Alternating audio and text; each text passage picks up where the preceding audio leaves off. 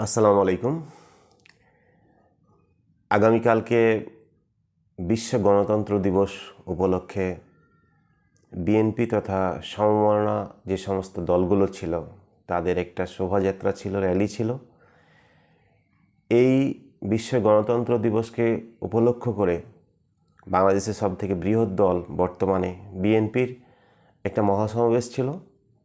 সেই মহাসমাবেশে প্রধান অতিথির বক্তব্য দিয়েছেন জনাব তারেক রহমান। তো অধীর আগ্রহে ছিলাম তার বক্তব্যটা ভালোভাবে শোনার এবং তিনি কি বলেন সে বিষয়ের উপর অনুধাবন করার। কেন করা দরকার? কারণ বর্তমানে যেহেতু আওয়ামী লীগ অলরেডি বাংলাদেশে তারা কিন্তু গণহত্যা চালানোর কারণে জনগণ থেকে বিচ্যুতি ঘটে গেছে। সো বর্তমানে এখন বৃহৎ দল হচ্ছে বাংলাদেশ জাতীয়তাবাদী দল বিএনপি। তো তিনি বিএনপির প্রধান, তার কথা আমাদেরকে অবশ্যই অনুধাবন করা দরকার। তো সেই আলোকেই তার কথা শুনছিলাম, বক্তব্য শুনছিলাম। তার বক্তব্যতে আমরা ফুটে উঠেছে তার যে ম্যাচুরিটি লিডারশিপ, তার যে দেশ নিয়ে সম্ভাবনা এবং বাংলাদেশের জনগণ গণতন্ত্র রাজনৈতিক প্রতিষ্ঠার যে তার যে অভিব্যক্তি, সেইগুলো আমরা তার বক্তব্যে পেয়েছি। তিনি বিশেষ করে বেশ কিছু বিষয় আলোকপাত করেছেন। সেই বিষয়গুলো অবশ্যই একজন ম্যাচিউরড লিডারের কাছ থেকে আমরা জাতি হিসাবে প্রত্যাশা করতাম। তিনি দলের ব্যাপারে কঠোর বার্তা দিয়েছেন যেন দলের যে শৃঙ্খলা ভঙ্গ না হয়।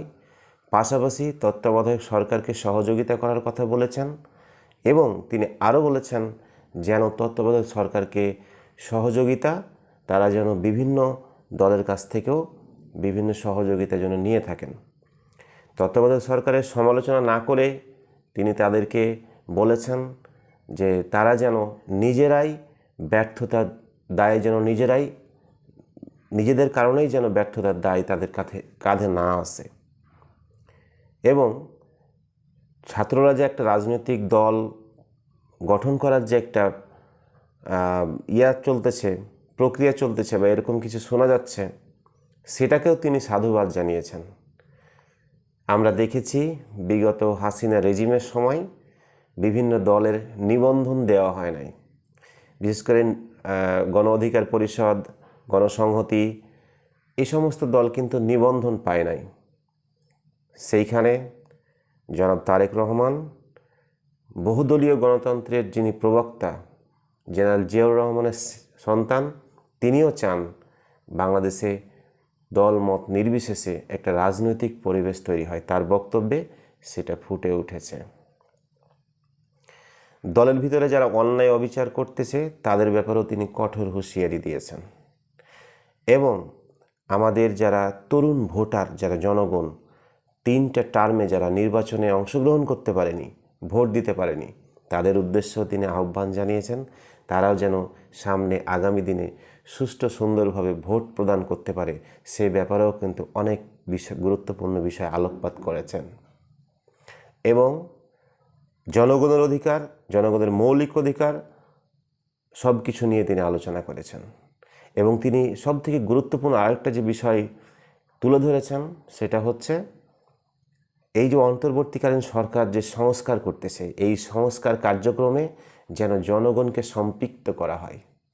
সত্যি তাই, জনগণকে যদি সম্পৃক্ত করা না হয়, আপনি কি সংস্কার করতেছেন সেই সংস্কারের পদ্ধতিগুলো জনগণকে যদি ওপেন করা হয় এবং জনগণ যদি সেটাতে পার্টিসিপেট করে, একটা গণভোটের যদি ব্যবস্থা থাকে যে আমরা সাধারণ জনগণ এই জিনিসগুলো সংস্কার দেখতে চাই, সেটা যদি সরকার শোনে, সরকার শোনার পাশাপাশি তার আলোকে মেরিট অ্যান্ড ডিমেরিট দুইটাকে পৃথকীকরণ করে যদি সংস্কারটা জনগণের সামনে যদি প্রকাশ করা হয়, তাহলে জনগণ স্যাটিসফাইড হয়।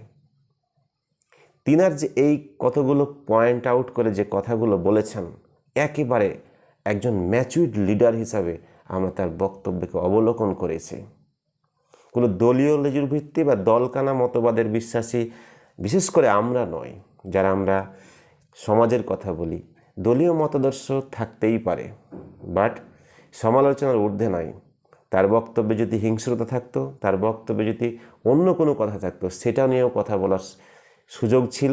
যেহেতু বাক স্বাধীনতা ফিরে এসেছে বাংলাদেশে, তারেক রহমানের যদি কোনো বক্তব্যে যদি কোনো দিক নেগেটিভ বিষয়গুলো থাকতো, সেগুলো তুলে ধরার চেষ্টা করতাম।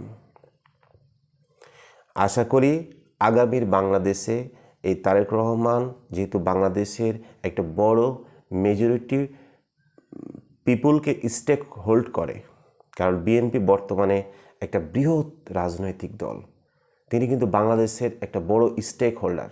তিনি যদি সরকারকে হুঁশিয়ারি করতেন, চাপ দিতেন, সেটা অনেক বড় একটা চাপ হয়ে যেত। কারণ বর্তমান অন্তর্বর্তীকালীন সরকার বিএনপির চাপ নিতে পারবে না এখন, কারণ বিএনপি একটা বড় স্টেক হোল্ডার। সো অন্তর্বর্তীকালীন সরকারের উচিত এই সমস্ত বড় স্টেক হোল্ডারদের সাথে কনসাল্টিং করে আগামীর বাংলাদেশের রূপরেখা সংস্কার, নির্বাচন পদ্ধতি, অবকাঠামোগত উন্নয়ন, বিভিন্ন সেক্টর যেন এই সমস্ত রাজনৈতিক দলগুলোর সাথে কোলাবোরেশন করে স্টেক হোল্ডারের সাথে বসে এই সমস্ত কিছু করে, তাহলে সুষ্ঠু একটা রাজনৈতিক ধারা, সুষ্ঠু একটা বাংলাদেশের বিভিন্ন যে অবকাঠামোগত উন্নয়নের ধারা, সেটা অব্যাহত থাকবে বলে মনে করি। তো জনাব তারেক রহমানের এই সমস্ত উদ্ভাসী নিউজ এবং সামনের দিক নির্দেশনামূলক বাংলাদেশকে নিয়ে চিন্তাভাবনার যে বহিঃপ্রকাশ, তার এই বক্তব্যে পেলাম। আশা করি আগামীতে জনাব তারেক রহমান নিজের দল তথা দেশকে রিপ্রেজেন্ট করবে এবং আমরা জাতি হিসাবে সেটাই প্রত্যাশা করি। তার ম্যাচুরিটি, তার ভিশন অ্যান্ড মিশন আগামীতে যেন বাংলাদেশের ডেভেলপমেন্ট, বাংলাদেশের উন্নয়নের ধারাকে আরও চমৎকারভাবে বিশ্বের কাছে তুলে ধরতে পারি, এরকম একজন যোগ্য নেতৃত্ব যেন তৈরি হয়, সেটা আমরা প্রত্যাশা করব জনাব তারেক রহমানের কাছ থেকে। অবশ্যই তার পরিবারের বাংলাদেশের প্রতি অবদান আছে, যেন তার এই অবদানটাও যেন একটা জ্বলন্ত উদাহরণ হয়ে থাকে। আশা করব জনাব তারেক রহমান আগামীতে আরও ভালো উদ্ভাসী বাণী দিয়ে জাতিকে একত্রিত করবে। সবাইকে ধন্যবাদ। আগামীতে আরও ভালো কোনো মেসেজ নিয়ে, আরও ভালো কোনো সরল কথা, সরলোক্তি নিয়ে আপনাদের সাথে হাজির হব। সেই পর্যন্ত ভালো থাকুন, সুস্থ থাকুন। আসসালামু আলাইকুম।